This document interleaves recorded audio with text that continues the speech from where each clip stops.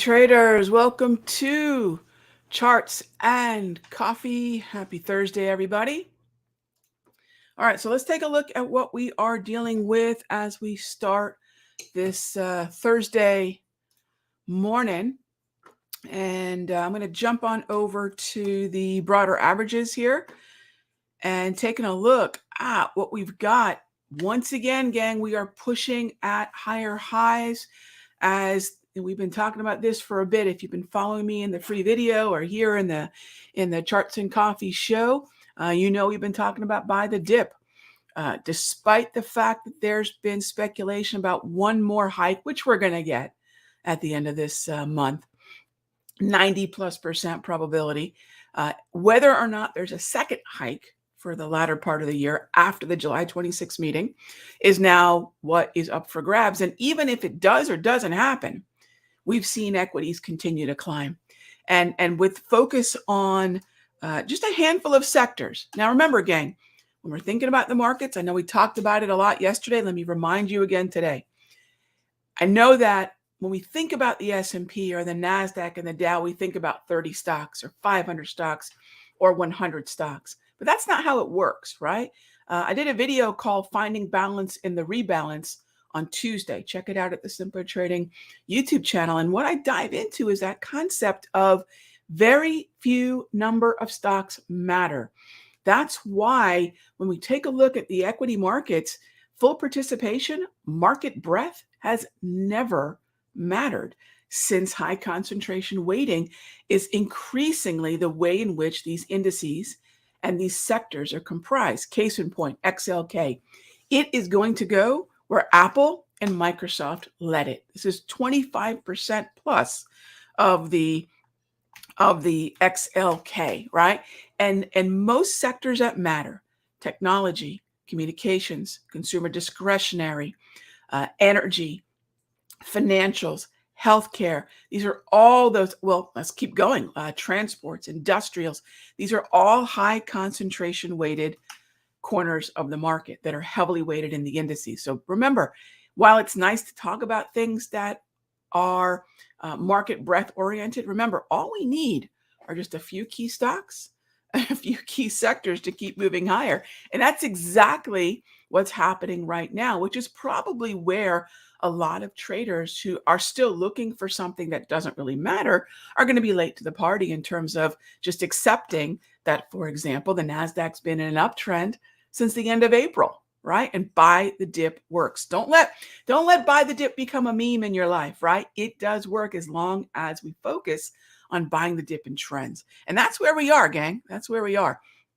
So with that in mind, as always, feel free to type in your questions, timeframes, symbols, whatever it is. Let's take a peek at what's going on in bonds, because if we're talking about rates, we're talking about yields, right?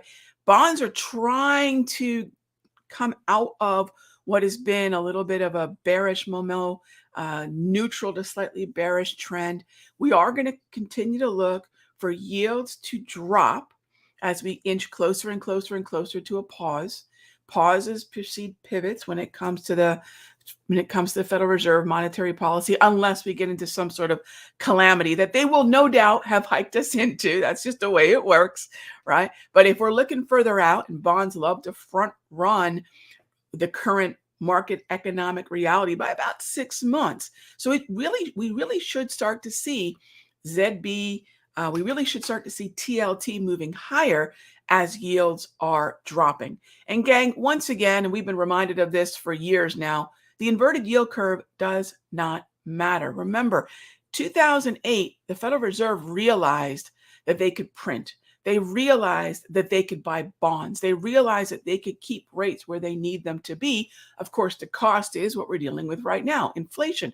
But the inverted yield curve conversation that's been just spinning around like a dizzy merry-go-round for, 2.5 years has not really panned out at all. So remember, we are dealing with modern day markets and modern monetary theory, modern monetary policy, where all those G7, G8 banks realize, oh, we can try to print our way out of trouble and we can buy bonds. And by the way, who figured this out?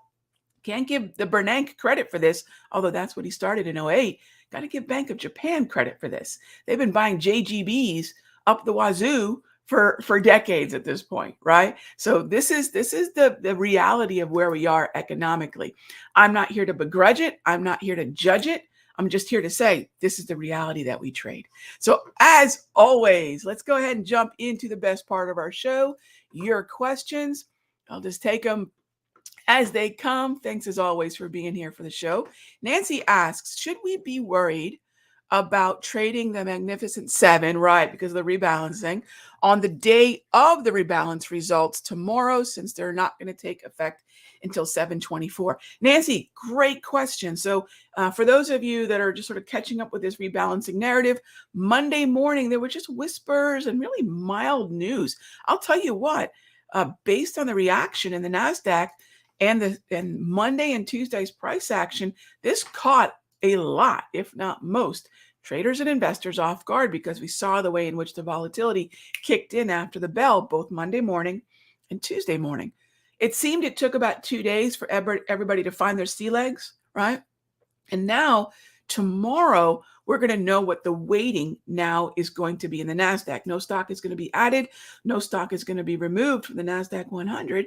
However, we are going to see the top, let's call it 9 names, right? They call it the Magnificent Seven because it's 7 companies, and it's actually 8 or 9 stocks, depending on if you add NVIDIA in there, which I do. And those are going to decrease in weighting to about 40% from their current 55-ish percent weighting. Does it mean that they're not going to be disproportionately influential on the NAS? Of course not. Now they're just less disproportionately influential on the NASDAQ. So I think come tomorrow, we'll get the volatility of the buy the rumor, sell the news, Nancy, because for the past 4 days, it'll be today included, we are all collectively speculating on just how much should we sell off Apple and how much should we sell off Amazon and Microsoft and Tesla and Meta, etc.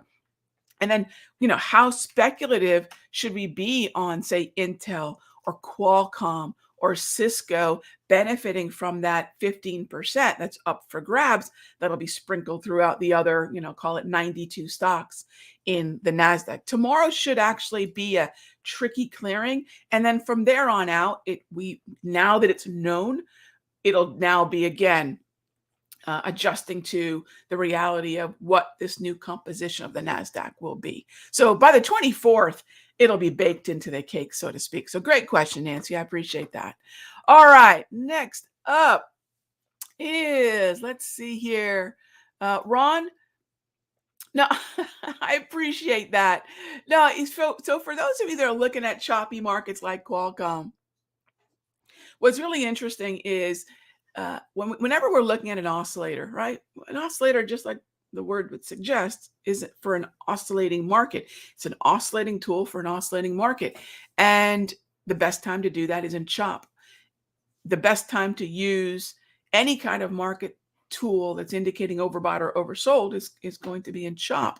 And so, things like stochastics and trending markets are tricky unless we're using them for momentum only. If you want a really good stochastic setting, I've been using this thing for 25 plus years. It just works, right? It's the same setting I've been using for a decade, two and a half decades. And that's a slow stochastic. It's got to be slow. It's a 21K 3D. The overbought is 80. The oversold is 20. Listen to me now. Believe me later. It just works. Don't be tempted to curve fit. Don't be tempted to change this, right? That's what noobs do. They don't know any better. I see that a lot, right? There's no reason to change the settings on this, right? Otherwise, all we're doing is going back in time saying, oh, this cutesy little setting would have really worked great the last 6 months. That's curve fitting, right? We all at some point in our life don't know any better. So then we realize, oh, we need a static setting, and that's what's been working regardless of the market environment. And the reason it does is we don't even think about it until the markets are in chop. Now, I appreciate that, Ron. And I had good teachers, right? And that's what I hope to be to you all. I appreciate that. All right, Robert asked, good morning. I've been researching Forex more lately and was wondering if my tools can be used as is in the Forex market, or would setting changes be needed? Oh, great follow-up question to that, Robert. I got to have lunch a long time ago. Some of you might remember. How many of you have been trading for maybe about 30 years plus, 20 years plus? And when you would buy, this was before TradeStation was a brokerage, when they had the platform, right? Super charts, and TradeStation was just a charting platform. Some of you might remember back then. The package would arrive, right, with the CD-ROMs. The package would arrive with a little paperback called Trading as a Business by Charlie Wright. And I worked as TradeStation's chief currency analyst for a number of years. And I got to meet Charlie. And I told Charlie, I said, you said one of the most important things I've ever learned as a trader. There are systems for choppy markets. There are systems for trending markets. There are indicators for choppy markets. There are indicators for trending markets.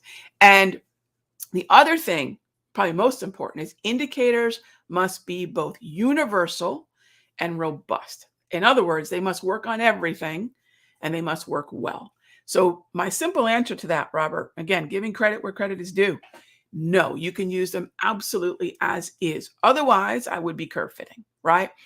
It's psychology that runs steadily through all the markets. The fear and greed we bring to stocks are the same fear and greed we bring to Forex. So yes, it's the same settings. One thing I will add, though, is because Forex is not an exchange traded market, right? It's not trading on the NYSE, Amex, NASDAQ, because that's not the reality.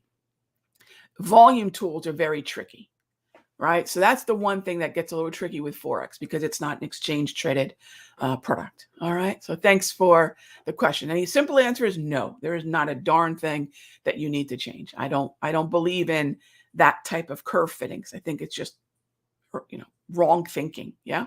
All right. And then Michael, when day trading, do I use active trader on thinkorswim and consider time of sales when executing trades? Thanks in advance. I do. Look, Michael, yes. So what I like to do, so as far as active trader goes, what I will use is as far as the trading, no, I don't use the active trader link. No, I'll be on the general all products link. And then what I want to do, here's the most important thing, right? And I'm a bit maybe of a heretic. I don't use Greeks. Never have.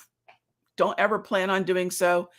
What I think is most important is bid, ask, last, and open interest. Now, this is specific to options trading, right? If I'm going to be options day trading, heck, even options swing trading, bid, ask, last, and open interest, right? That's where my focus is going to be.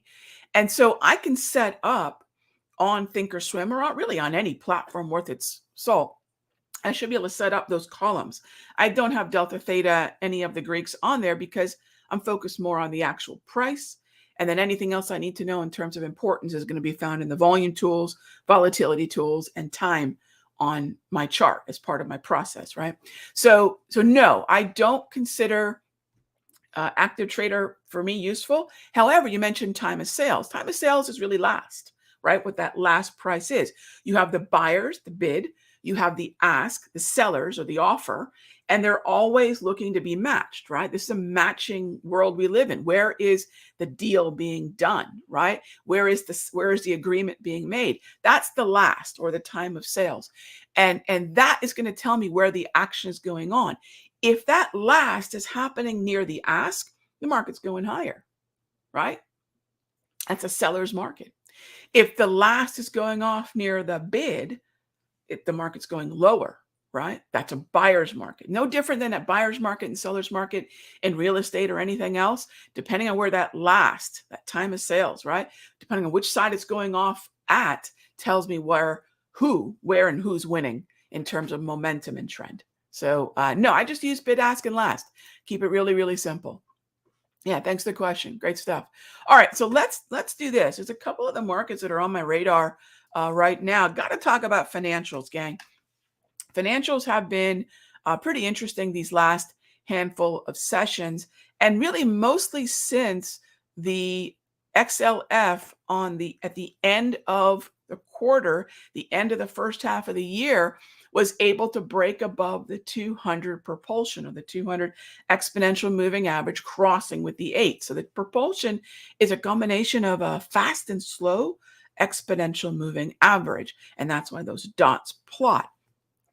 Getting above that at the end of the year was a big deal, gang, because that tells us now that as we went into that transition from Q2 to Q3, money managers, traders, investors, whatever, said, you know what, we're willing to start now buying XLF, and you can consider that a little bit more participation. And so now things like JP Morgan, XLF, the S&P, even the Dow are going to benefit from the strength in XLF. When XLF is moving, that's going to disproportionately benefit the Dow, because that's the number one weighted sector in the XLF. And then we start thinking about KRE, which is the regional bank conversation. Regional banks are still under a lot of pressure from the March sell-off. They've come off the lows, obviously, but they're nowhere near the kind of strength we're seeing in financials, because financials made it above that equator, that 200. KRE has yet to do that. And I think a big part of that, and by the way, this is going to keep the Russell from following through as much as we'd like. It's doing much better, but it's having to fight the concern, the weakness in KRE. KRE is still where the commercial real estate, if there is going to be a crisis this second half of the year, that's really X marks the spot, right? That's going to be the target, because most of the commercial real estate that's going to have to be refinanced in Q3, I think it's late Q3 or early Q4, most of that is with the regional banks, right? So if we have occupancy low, rates going higher, that's where that commercial real estate concern is still sitting in the back of a lot of minds. And that's going to continue to be tricky for regional banks and for the Russell. By the way, the Russell moving higher has nothing to do with what's going on with the broader averages. There's still this diluted thought that somehow Russell leads everything. No, it doesn't, right? Why is that true? Let's debunk some of these ridiculous myths that get repeated without really thought. The weighting of the Russell is completely different than the weighting of the NASDAQ, the S&P, and the Dow. Yes, the most similar major index to the Russell is the Dow, because the Russell's number one weighted sector is banking. The Dow's number one weighted sector is banking. So there's that combination. So be aware, Russell's going to really have to fight a lot to keep moving higher unless KRE gets with the program. And it's going to be tough for KRE to get out of its own way, because the back of all our minds is waiting that CRE potential debt debacle that could be in the back of traders and investors' minds as far as longer term commitment to the long side. All right, gang. Thank you as always for being a part of Charts and Coffee. I will see our futures traders and my Sector Secrets Mastery. By the way, at the end of this month, for those of you that have been wanting to check out This Week in the Markets and my Mastery, heads up, we have I don't do this very often at all. I don't do trials to my Mastery. We have a trial setting up for the end of the month, so we can have a really great month in the middle of summer, buckle down, do some studying, do some trading, swing trading, day trading, longer term investing together. So if you've been wanting to kick the tires on that, stay tuned. I'll have more information on that in about a week or so. All right. So we've got that coming up for August. Super stoked about that. All right, gang. Be good to each other. I'll talk with you soon.